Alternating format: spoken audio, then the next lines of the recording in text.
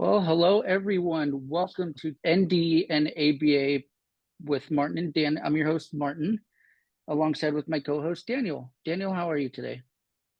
I'm doing great, Martin. I'm so excited to be here again this week. And we have a really strong episode lined up for everybody with two very well-renowned guests. First, we have Jared Van from @Jared Van Education, a prominent PhD student at Penn State University with the ultimate goal of becoming Secretary of Education. And we have Jewel from @Behavior John coming to represent Black women in behavior analysis. And I do want to start off with a strong trigger warning. We will be addressing the subject matter of Ryan Gaynor's death earlier this week. And we do want to let everybody know that if this is troubling for you to listen to, it's completely okay. And we understand if you want to stop the podcast and wait for the next episode to come out. Before we Mhm. get into it, I did want to follow up on what we talked about last week. I know Right. we scrolling into trouble. And of course, that was, to say the least, troubling. Yeah. And after scrolling into trouble, we know there was some improvement with the raising of autistic voices in the community. Right. And the article, in fact, was retracted by the EJBA, Hmm. though it was retracted. There was a lot of backlash to it being retracted over the internet. There was a lot of people stating that the authors didn't deserve criticism, even though they were committing bullying, harassment, and Right. basically using vague citations in order to antagonize autistic individuals, suppress Yeah. them in the community. Then there was the matter um, of the convention Yep. and removal of one of their panelists. Oswin Latimer Yeah. from Mass I was not ABA. expecting that to happen. I'm going to admit, because they already they approved of him to come. He was getting ready to fly out, and then they redacted. I don't know what the reason was, and he posted a photo and they were asking him to cancel his flight to see if they could refund it as well when he already had like the hotel booked and everything. And as I think about it, it's what I said last week. It's like we take two steps forward, yet we take many steps back, and it's like we're back to square one. And there needs to be a lot more acceptance in the autism community. It's like when I tried talking about it, a lot of people are telling me like, "Oh, it's in your head," which of course it's not. But because I don't look as autistic, what I'm doing right now is I'm masking. So masking, which we'll explain in another episode, is hiding my autistic traits. And yeah, it's easier to get around and join all these speaking engagements, but it's like at the same time, I have this fear of bringing up my autism because I think that they probably won't accept me as a speaker because of it. And as we saw from earlier, we're at the conference, and it's disappointing to say the least, and we need to do better. Definitely. And might I say, Martin, you inspire me personally. I'm sure you inspire a lot of people.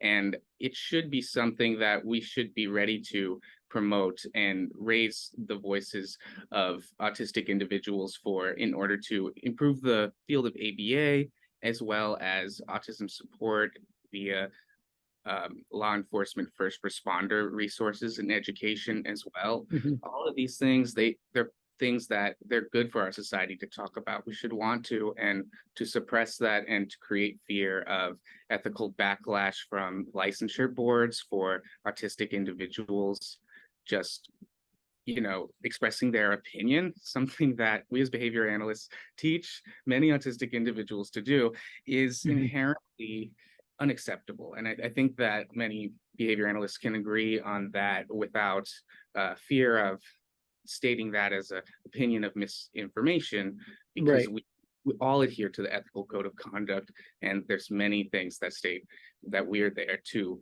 provide a positive benefit of change to this person's life.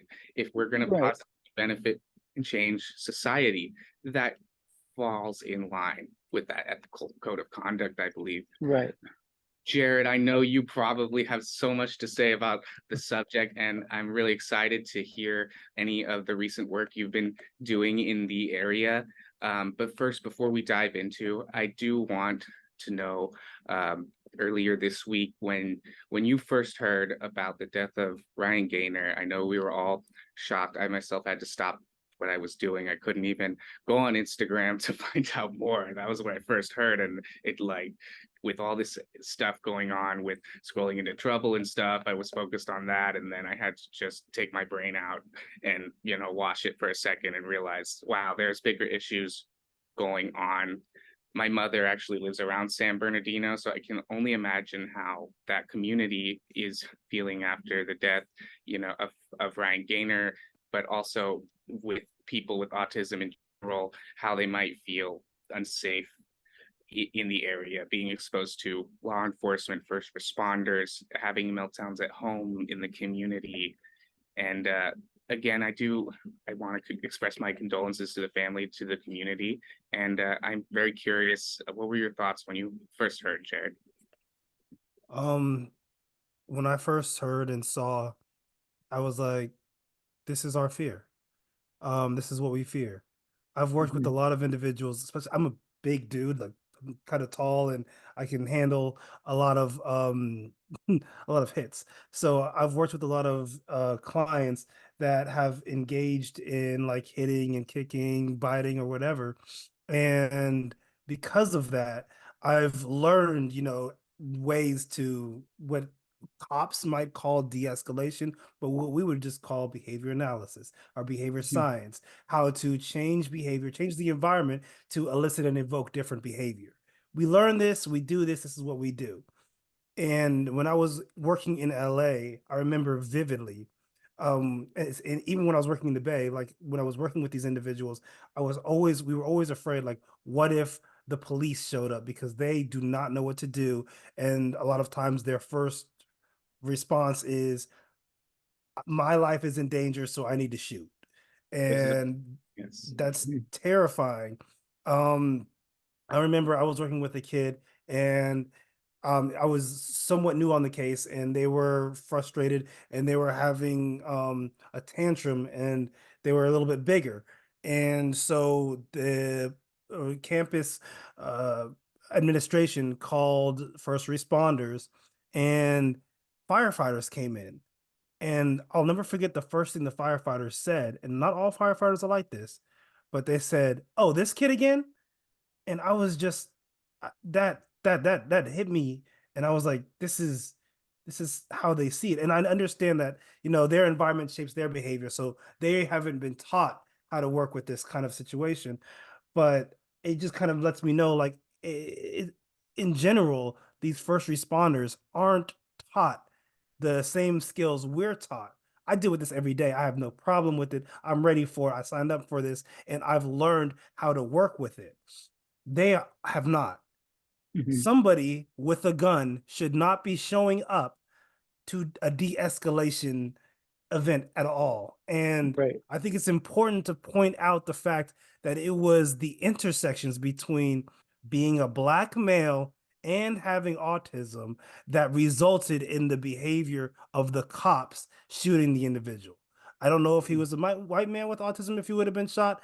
And I don't know if he was, if you could have changed the characteristics or demographics or disability of the individual, but the intersections of those two things increase the probability that the cop would shoot because they see the skin color as a weapon and you can't drop your skin color, so you can't drop your weapon, so you're always a threat. And then Mhm. when it comes to having autism, they don't know what to do. They haven't, they're not taught. And even if they were taught, they don't have the skills. In Oakland, I know there are a lot of different first responders that are specifically trained to deal with these situations, that are not police, that are not armed, that Mhm. often come to aid these situations. That's what we need nationwide. Mhm. I don't, and I'm, as many people may know, an abolitionist, and I believe that we should abolish the police and the prison industrial complex. And with our science, I think that if we applied our science to engineer our society in better ways, we wouldn't need cops or the prison industrial complex, because neither are effective at preventing or stopping crime statistically and historically. But we need to I think that we need to, as behavior scientists, behavior analysts, start showing what we know and be like, hey, we have valuable stuff to offer society to help reduce the probability of these things happening in the future, because I hate seeing it. And I hate now that I am not as surprised that it's happening. Do you understand what I'm saying? Like, I don't Absolutely. know. Yeah. And Yeah. Martin actually, he works very closely on this subject. He equips first responders and law enforcement through his organization, Spire Autism, with autism resources. And I Mhm. think what you said is so valid. This is something that is a result of the intersection of blackness and autism. I really believe that, the fact that blackness is increasing the likelihood of death in any scenario is a sincere problem in our society. It's one of the reasons why we have organizations like Black Lives Matter, and people, all know that all lives matter, of course, but we need to particularly emphasize that Black Lives Matter. And through Ryan Gaynor, by even saying his name, we need to emphasize that autistic lives and autistic Black teens' lives matter significantly. It's very much a process of finding the right response. There shouldn't be someone with a gun. There are wraparound services, crisis hotlines. There's behavior analysts who work with this person who can advise on the situation. And there is more than we need to be doing than giving someone a laminated form to keep at their door to show a police officer when there's a meltdown occurring, and they already have a gun and they are just there with their assumptions. There's a popular TikTok, it resonated with me. A girl with Down syndrome, she says that your assumptions become your reality, right? When you assume Mhm. I can't have a margarita, nobody gives me one. When you assume I don't have rights, nobody gives me them.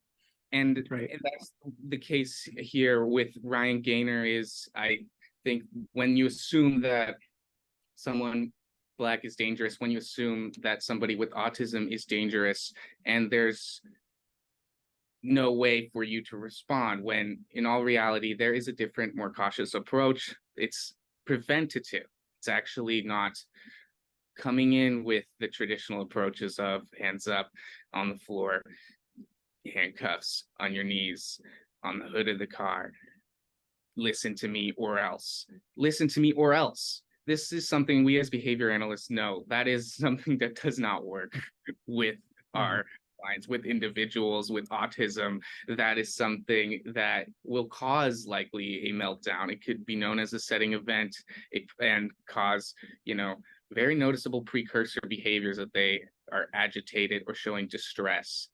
One of the important things, I think, is distress needs to be a factor in whether or not law enforcement is coming with lethal force. If someone is in distress, we know that they are a danger to themselves.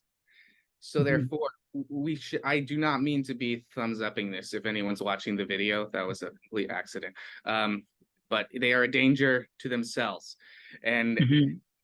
if they are faced with a situation where there is a lethal weapon in the home and they're a danger to themselves, then that risk is already not worth the potential benefit of that. Escalation. Yeah. That's right. So Jared, again, I'm so glad you are here to say what you said so eloquently, and further, add that we can replace the system of law enforcement that is there, that we've been using for so long, with a more rehabilitative and more beneficial system to individuals, one that's anti-racist and anti-ableist, hopefully, that can Mm. identify the situations just like our court process does, that need more care for somebody's mental health than somebody that is actually committing a violent crime that is premeditated, and it's a completely different situation in that matter. These things don't need to happen, and they're certainly not premeditated violent crimes. We have understanding, and we need to know that nobody is there to judge these people, and nobody has the right to fully judge in that situation who is to blame for this incident.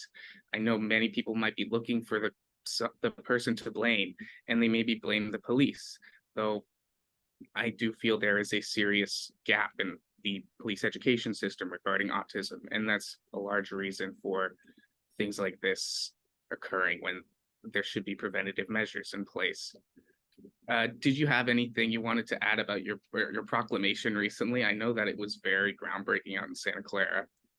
Mm-hmm. Yeah.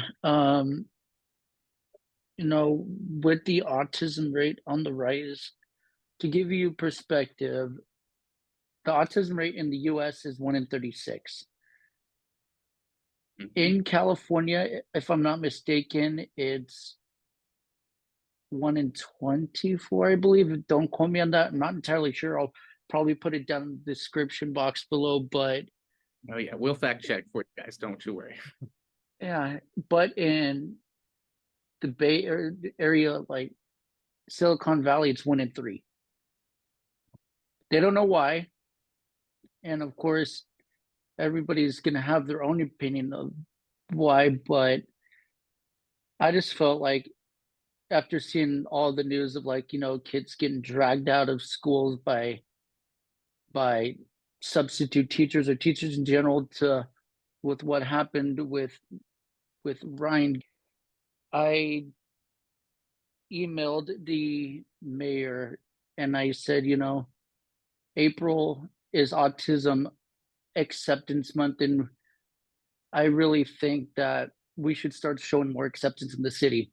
So it did take a few months. I will admit I was a little nervous trying to, be impatient waiting, but he got back to me and said, we like that. We'd love to work on collaborating with you and bringing more inclusion and acceptance to the autism community. I know we got a lot of work to do, but I'm ready to strap in, put the pedal to the metal, and take this thing head on, because now is the time to bring more acceptance than awareness. And I'm excited to see what comes of this. Most definitely, and quite inspiring, Martin. Like I said, I know that you have sometimes a fear of sharing your perspective in the field, but this is just one of those times that shows how valuable it is. And if anyone else is out there has the ability to talk to their Congress members, their mayors, their local officials about autism resources for first responders and police, please check out Martin's website, Spire Autism. We will put the link in the description below. You can find many successful implementations right now, and you can check out his Instagram. He had a talk with the mayor. He's got the signed proclamation right there. It's full evidence that your activism does matter and your voice does count. And whether you have autism or not, that's not bias, and that's not misinformation scrolling into trouble. Right. It's not. And so, we really want to express our gratitude. I think both Jared and I are inspired that you made a difference in this matter already. And I'm just happy that there is an avenue like what you're doing to have a form of action after hearing about this, after trying to make sense of the world that we live in, with these things occurring, right outside, our mother's house. Right. I live in Hawaii and I'm still deeply affected by this. I can't imagine how she feels, living right near the area and knowing that I work with children with autism and this still happens, how it's affecting me. This touches everyone. Brian Gaynor's death is really affecting us all in different ways, but I do want to express the emphasis on the tragedy in the Black community and the autistic community community in particular, for Black men, this does not sound like news. This sounds like every day. I hate to say it that way, but Jared, I know that you did, for instance, every single day of February a Black History Minute, and it just goes to show that there is enough information about oppression to cover every day in a month, every day in the year. And I'm sure you have a lot of resources on that. I'd love to hear about anything you think our listeners might be able to get value from education-wise on this issue. When it particularly comes to police violence and brutality, or what particular resource? Because I have I don't know if you can see, I have just books over here in the corner. I have books on the other side. I have a large bookshelf. But I mean, when it comes to understanding the way our society is designed and built, I would say I'll give three for right now. One book is and I'm looking at them right now. We Do This Till We Free Us by Mariam Kaba, and I'll send you a link to all these so that you can easily put them in the show notes. Thank you. And then another one is Becoming Abolitionist by, I think it's Derica Purnell. And then finally, The New Jim Crow I read that by, one. excuse me? I read that one at UC Santa, Yeah. the big one. Yeah, it's a really good one. And they all kind of show how our society has been shaped and designed through history to get to where we are now. And kind of some of them talk a little bit about what we can do differently and how we can change those. Not from a behavior scientific point of view, but I think that when you have a behavior analytic, behavior scientific background, you can apply your knowledge to this other information, and we can work together to create the world we want to see. Yeah. Totally. And let's really quickly back up to New Jim Crow. What was the author again? Michelle Alexander, I do believe. That's right. Michelle Alexander, and her book, The New Jim Crow, really resonated with me as a college student, because I could see that even though and it was at the time Trump was elected after Obama. So you can see that was like when I was a sophomore at UC Santa Cruz. You can see right there the world just changing like that, and us realizing that there is still Jim Crow.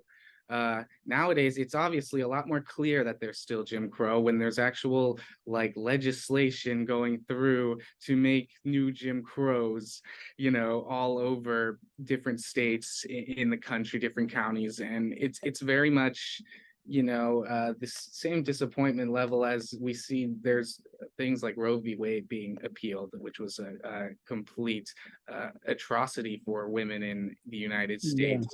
And many people are forced for their life to not feel safe now that they become pregnant in a unsuitable time for them, or unsuitable culture, for instance. So we have things like that, and we have racism and ableism going on in America still to this day in 2024.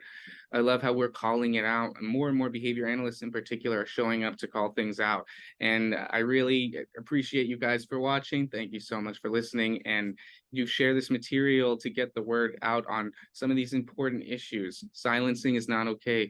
Racism is not okay. Killing Black people is not okay. Also, preventing much needed abortions, I am willing to say that that's not okay. While we're on the subject, genocide is not okay.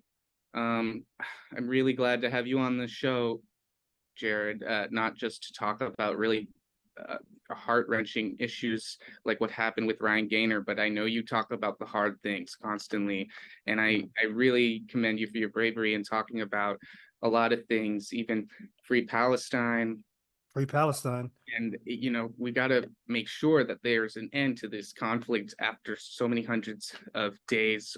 And I know it's over 100 days, but we don't want to get to so many 100 days. We want to end this now, and I think the quickest way to stop death is to free Palestine, support nonviolent communication, don't support the censorship of what many can clearly see is things being skewed towards the fact that all the Palestinians' lives are a human shield for a terrorist organization. I think that is absolutely a horrendous excuse for what's going on, and it cannot cover all of the horrific actions that we all see day to day.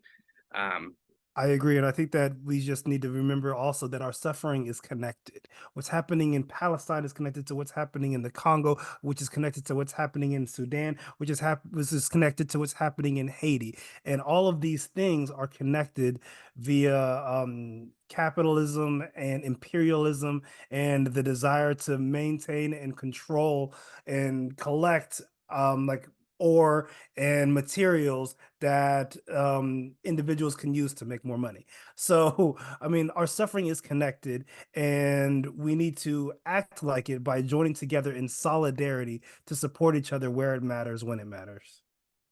Definitely. And thank you so much for being here and talking about this with us, Jared. Of course, if you have any other resources that you want to share with our audience, I'm more than happy to put them in the link as well. I do want everyone to check out @JaredVan on Instagram. I know Black History Month is over, but it's never a bad time to learn about how we need to support Black individuals in America and how we can change our mindset to better value individuals and educate ourselves in society.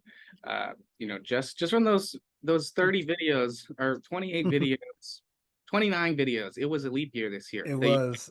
Right. It was tough. I honestly learned so much, Jared. And, I know that you have books on your site. Your students are following you on Instagram. By the way, if you're watching, Jared, students, do your readings. Do your readings.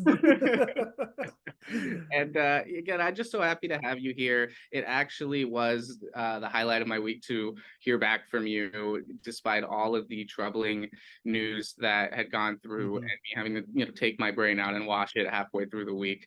I really can't tell you how much it means to me to have a really ambitious and educated voice like yourself, who I would support being someone like the Secretary of Education, given the academic material that you promote towards the matter on our show. And anyone else, if you feel like you have something to contribute, please reach out to us. We want to have you. Instagram @NDNABA, the podcast. Please DM us and we can have you on later this season. Martin, did you want to add anything before we go on to our next guest here? I know I really want to quickly bring up, and I didn't want to interrupt. Let's see. I'll try to say this with under 3 minutes, but what people need to realize is that when kids have these meltdowns, it isn't because they are bad. It's just they are having trouble communicating what their brain wants them to communicate. And so when you have these meltdowns, they don't mean it. They just are having a really tough time. And I know everybody from like first responders, teachers, everyone should know that we're not bad kids, all right? It's just like we have these meltdowns because we're having trouble conveying what we want to say. And I just wanted to end it with that.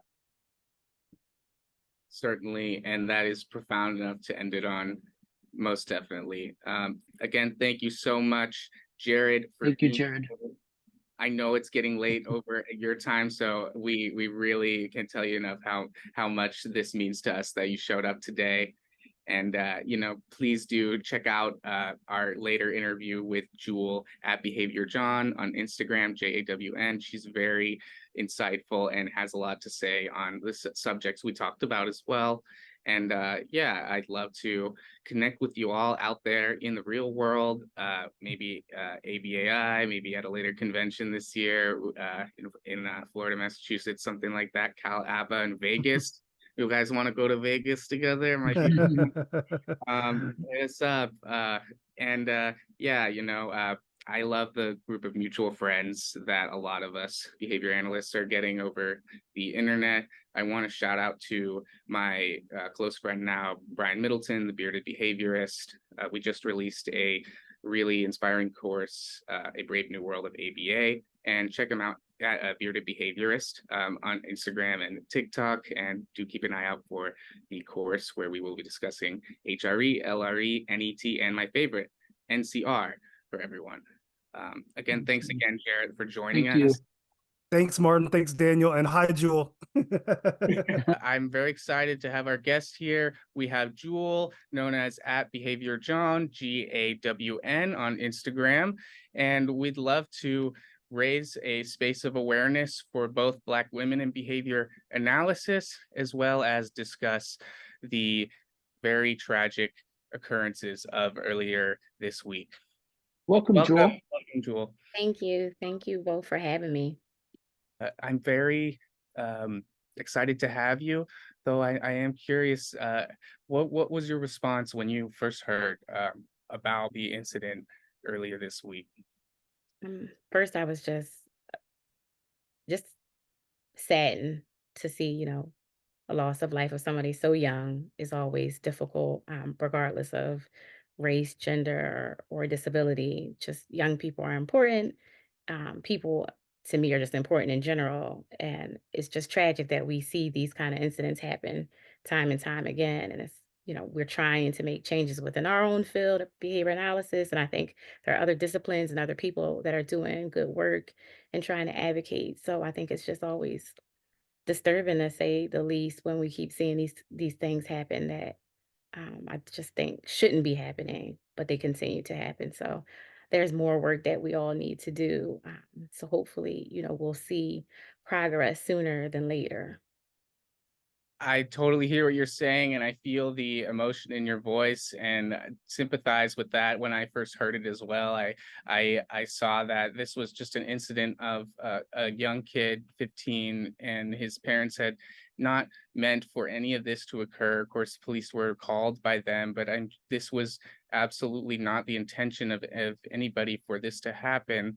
Though there's a lot of circumstances where somebody's looking maybe to blame one single person or something for this event, and in the end I guess I made several call outs to sort of Black men and autistic men and teens and in general, and I guess the reason for that is because I know that while all people's lives need to be preserved in this matter, I think part of Black Lives Matter, which makes it very powerful, is that it puts that emphasis that the reason we need to call out that Black Lives Matter is because that needing to be emphasized is the very reason for this cause in general. Back in college, I learned about Black Lives Matter's founding and helping to release death row inmates who were largely Black men who have been on death row for far too long and would have been convicted innocent, would have been found innocent from their convictions at this time. And there had been such long proceedings that a lot of hope had been lost. I know a lot of autistic families, that people with autism in their families, I mean, people who know somebody with autism in that San Bernardino community, they may be feeling the same way. When is it going to be safe to have, the same exposure to law enforcement as everybody else in the community for my child, my family, right? Yeah, I do. I really appreciate you being on the show. Martin, I'm curious, what were your thoughts when you first heard? Wow. Yeah, when I first heard that, there were some emotions that went through me. Sadness, but disappointment and anger, because it's like trying to figure out a good way to say this. Is when these kids, I guess what happened was when they arrived there, he had a meltdown or something and was kind of going towards them. But With the garden hoe, I think I yeah, heard. the first responders should have done a better job about bringing the situation under control. And I know it's not really talked about, and it's there's just so much that needs to be done. It's like we as a society take 2 steps forward, but then again we take many steps back and we're back to square one. We're like, what are we going to do? And it definitely saddened me. And the way that I see it, things need to change. And autistic people like myself and all these other that have to go through with, it's the word I'm looking for. Might need your help, Daniel. Marginalization, Yes, thank you. police occurrences. Yeah, because it's a stressful situation, and if there was a way that we could communicate that we're under duress and need to have more or have a calmer approach, then I think that'll be the key to really changing things. But it all starts,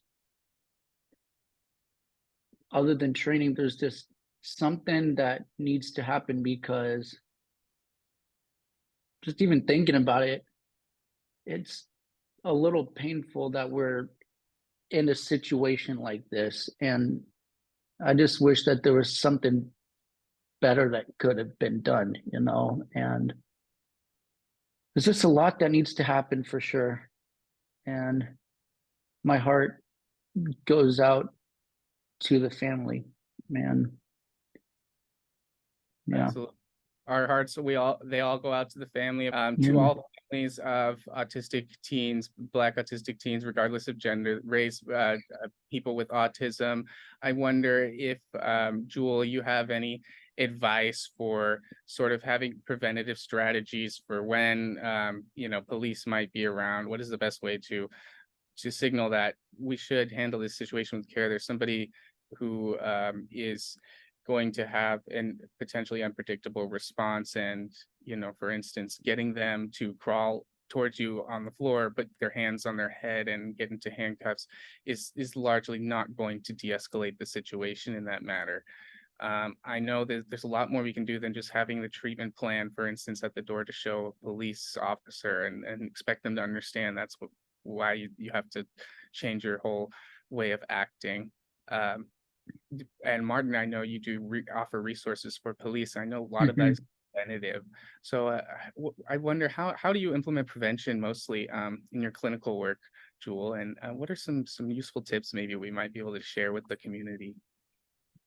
Yeah, I think a lot of times it kind of goes into the contingencies that like we've been exposed to in our lives, our learning histories and what people have experienced. So I think it always starts at like educating ourselves. So I think as a community, we need to do a better job of like collaborating with police officers and just making sure they have the education that they need, because a lot of times, unfortunately, a lot of these instances kind of highlight that biases are a part of all of our structures and institutions, organizations within America. So it kind of starts with these biases that people have. And so they see people based on race and not maybe on need, what they need in that moment. It's just I see this black boy and maybe he's in this aggressive state, not even thinking about all the other things that could be going on with someone when they're in distress.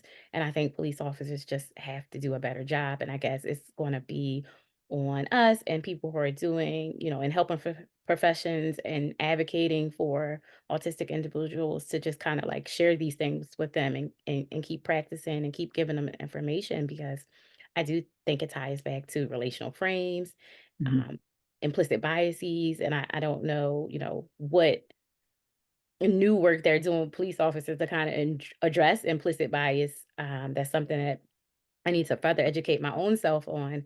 But I think, we understand at this point a lot of this keeps happening because of, you know, implicit bias, different, prejudice police officers have, or just people in general, these, calcified relational frames of thinking. Black people are aggressive or dangerous or thugs or criminals. And, here you have a young teenage boy in distress, and that approach was not the right approach. And now we have this tragic situation that we see time and time again. So I think it's just an education piece, a collaboration piece where we all need to be working together or coming from different disciplines to kind of make sure like we're meeting the needs of, autistic individuals, teenagers, adults, young children, just making just communities a safer place. So whatever we need to do, because obviously youth are important, to our future, and we just can't continue to kind of see these kind of incidents happen.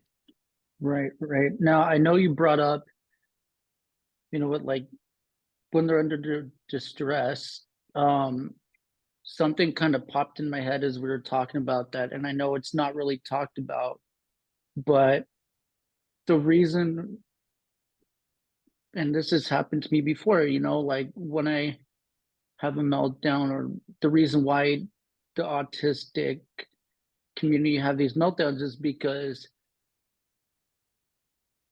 we have a tough time explaining how we feel.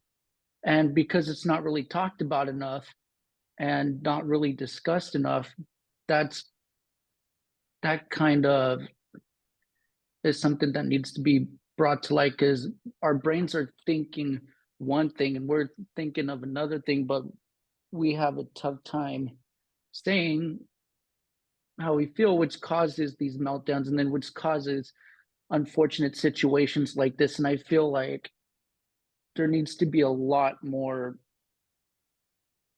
training, or at least have all of that brought to light, because it could make a huge difference for sure. And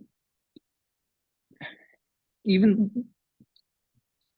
before they figure it out or something, like maybe have one of their favorite sensory items or something to calm them down first, to de-escalate the situation, so we don't have to keep on dealing with these things again. Absolutely. And I do think that when you were talking about that, there's also an air of, and I hate to bring it up because it's even darker Yeah, sometimes, about suicidality in these contexts. yeah, But that is a major concern, where it's saying, well, why can't we just have the police leave people with autism alone? Well, oftentimes, the sad truth is there's potential danger to that individual coming from themselves. mm-hmm. And this is why it's very important to have police ready to help those with autism when there are meltdowns. In a lot of cases, there are scenarios where they can't articulate what they feel. No matter how many times we tell a student or a patient, a child of ours, to tell us how you feel so that we know what to do. The only way to sometimes explain your behavior is through your words, so that this way, there won't be a troubling situation when you're out in the community and we're not around to help, right? Um, if that fear is somehow taken away from families, if they are actually able to trust police to actually know what they know about people with autism, and meltdowns and de-escalation strategies, preventative methods. I think that that type of education is potentially missing in the police academy, because there's so many important things they probably have to study to pass that. And we take a master's course to know that knowledge in behavior analysis. It takes years. So, there's got to be somewhere in between, though, perhaps, that there can be building upon for these resources for first responders, police, whomever might be dealing crisis line operators, for instance, and perhaps they can even collaborate, have these people together work in this same situation. It might be a lot different if the parents operating with a crisis worker are able to de-escalate with their child, and the police are not physically involved in that. And so Mm-hmm. bring these things up because I have a lot of really close students formerly of mine. I have definitely had experienced some suicidality from students in the past who were adults with autism, and they largely, feel there's nothing they can do if they have even a small family conflict or a small interpersonal friend conflict in the home. The police are called and they don't know how to respond except for by apologizing, and by then it's too late. The police are there, and that Right. escalates further. So I Yeah. know that's so difficult to bring up, and I struggle not to lose my composure to talk about these things right now. But Mhm. suicidality and suicide prevention, suicide crisis lines are an important resource that should be considered in this, but they're also for emergency situations. It doesn't have to be suicide to be a crisis. And a lot of operators on crisis services work with those who have autism and mental um, diagnoses that apply to their situation, which could be contributing to the suicidality. That's an important factor to consider. Yeah. Certainly.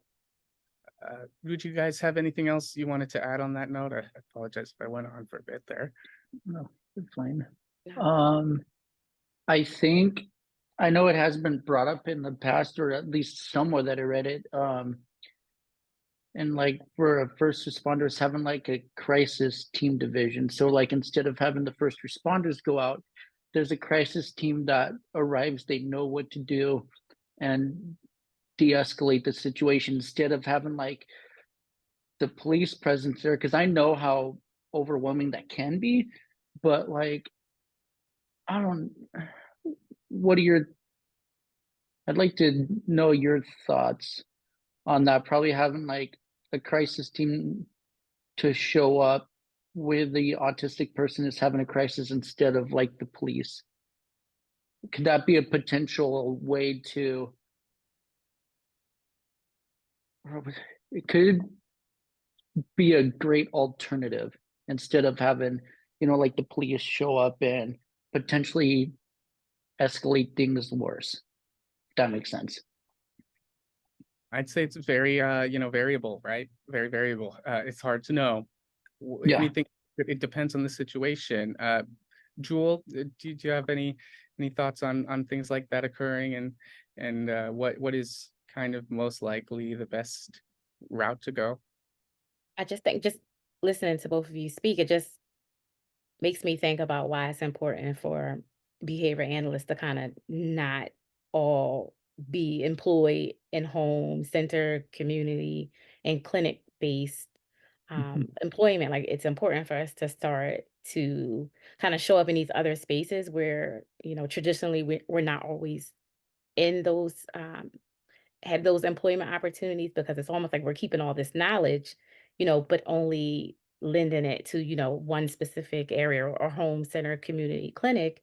We need Mhm. to be involved in government. We need to be, occupy employment and police stations and those kind of organizations, first responders, because I think we, have a beautiful science. And though, it's not perfect and we've, come a long way, I think it's important for us to kind of to collaborate more and be a part of, a team like you were just speaking about, Martin, because I think, we can like lend what we know and, help, move the world forward in so many different areas, so many different things that, we struggle with understanding why is the world this way. But, one thing we do know is behavior. So I think it's important that we do kind of find our place and maybe become part of, different organizations, different, opportunities where we can assist the public or, be able to bring our science to the forefront, because it's something that people still aren't familiar with behavior analysis or with what behavior analysts do. And I think, we are always trying to do better as a field and talk about, things like we're talking about today and how can we help and how can we assist. But a lot of times we aren't, public policy makers slash BCBAs or lawyers slash BCBAs or, police officers that are BCBAs. And I think we need to kind of like, as a field, know that that's important too, that we don't just have to just stay within home center and community. Our services are needed elsewhere too. Absolutely. Definitely. And I really don't want to accuse any BCBAs who are working in clinic or in home of selling out in any way. And I know you all are trying to show up wherever you can. And there are certain barriers that may be present, time barriers as well. It's very much a full-time job when you're a BCBA, and all those people who dedicate themselves to their clients. My heart goes out to you as well for timelessly doing your job to your best ability, going above and beyond, constantly spending every ounce of energy you have into helping somebody, making a beneficial impact in their life, whether or not ABA is perfect. And there are some difficulties in the certain age. You're doing your best to use the best practices you know of, and for that individual you're doing the best for that person. It's almost like you care for them as though they are your own when you're behavior analysts, because you get to know them very quick. And I think that's something first responders, police officers, they can definitely benefit from. I love giving people the space on our show if they are now starting to want to show up. By the way, if you're showing up and if it required you to maybe take a little less time in your work, and you're making less money, but you're feeling the difference, good job. Good job. I'm really proud of you, and you guys are really making a difference in the world. Congratulations, and just keep doing it. Come on the show. We'd love to have you. Um, Jewel, I really would like to know before we run out of time if there's anything that we can look out for on your Instagram, or to look out for service-wise that you're interested in, things related to doctorate programs. I know you're very interested as well. If you want to shout out, I'd love to hear it out here. Yeah, I'm just working on finishing up my dissertation. So I'm in the process of that. And so actually my dissertation focused on using the mindfulness, acceptance, and commitment protocol.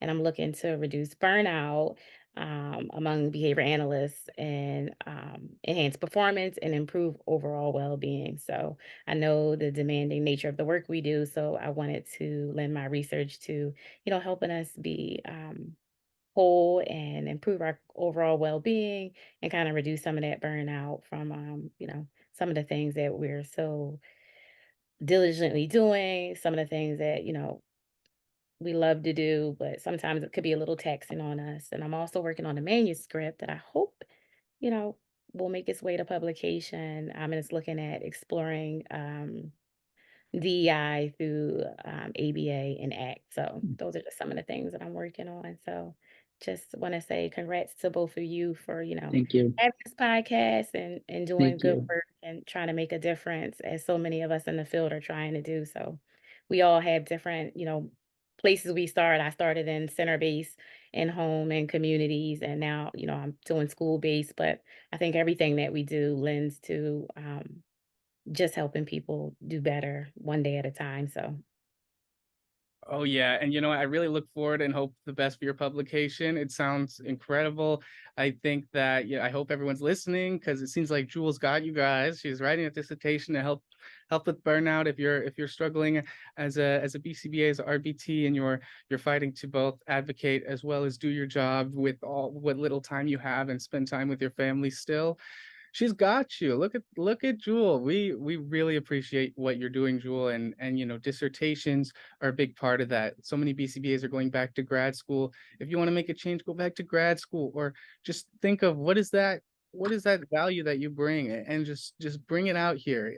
Something I love to talk about, of course, you've probably heard it many times, is NCR, non-contingent reinforcement, my favorite strategy that adjusts value altering effects instead of behavior altering. It limits prompts, adjusts the environment. I think NCR, maybe this could be something that police could know about.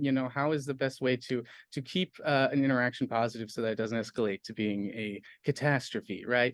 Lots of times if you approached a kid who had autism with their favorite thing, and you're like, hey, just let's engage with this for a second while we talk, that might go a lot better, right? And that's just NCR. It's not really contingent upon them like being like, yes sir, thank you sir, give me the squishy ball. No, it's just automatic. Just give it to them, enrich their environment. I love NCR. I almost consider my own dissertation, if I were to have one, to be just emphasizing in the general applicability of non-contingent reinforcement to society at large. We all want a salary. We all want something that is reliable, that we can count on, right? We want our therapist to show up non-contingently, right? That's Absolutely. already NCR. It's just there, and we just need to call it out a lot of times, I think, and we need to also call out the negative things that are there: racism, oppression, marginalization, and misconceptions about autism as well. So I really thank you for being here, representing both Black women in behavior analysis and talking about your dissertation and burnout for everybody in the field overall. That honestly, I can't thank you enough for the work that you're doing right now. Thank you. Thank you. All right. Well, thank you all for tuning in to today's episode of ND and ABA with Martin and Dan. All the profiles of the guests will be in the description box below. We will see you next week.